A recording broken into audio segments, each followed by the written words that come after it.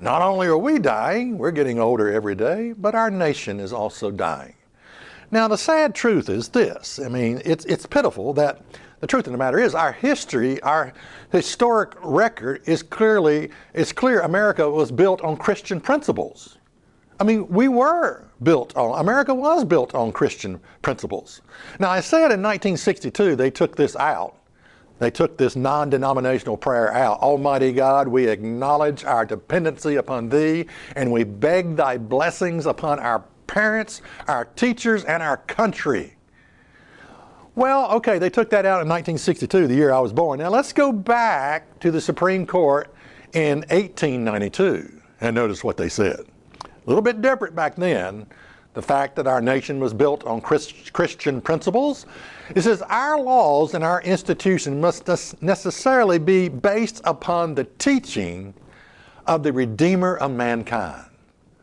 Okay, who's that talking about? It's talking about God. It is impossible that it should be otherwise. And in this sense, and to the extent our civilization and our institutions are empathetically Christian. Powerful concept. John Adams, 1756, said this: suppose a nation in some distant region should take the Bible for their only law book, and every member should regulate his conduct by the precepts there exhibited.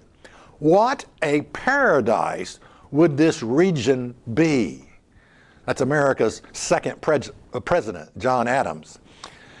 Daniel Webster, 1821, said this: if we abide by the principles taught in the Bible, our country will go on prospering and to prosper. But if we and our posterity neglect its instruction and authority, no man can tell how sudden a catastrophe may overwhelm us and bury all our glory in profound obscurity. Wow, what a statement.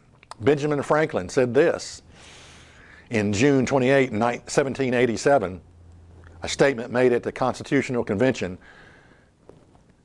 He says, we have been assured, sir, in the sacred writings that except the Lord build the house, they labor in vain that build it. I firmly believe this, and I also believe that without his concurring aid, we shall succeed in this political building no better than the builders of Babel.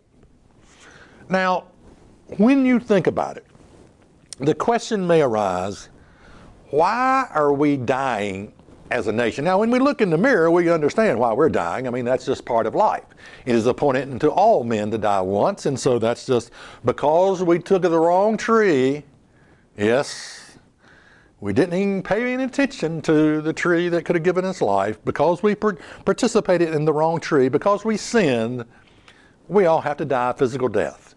That's just the way it is. As ugly as that is, you know, as painful as it is. But why are we dying as a nation? Well, I think it's two things. It's the sin of rejecting God and the sin of rejecting our freedom. The freedom that God has given us. Now, we are on a collision course with socialism.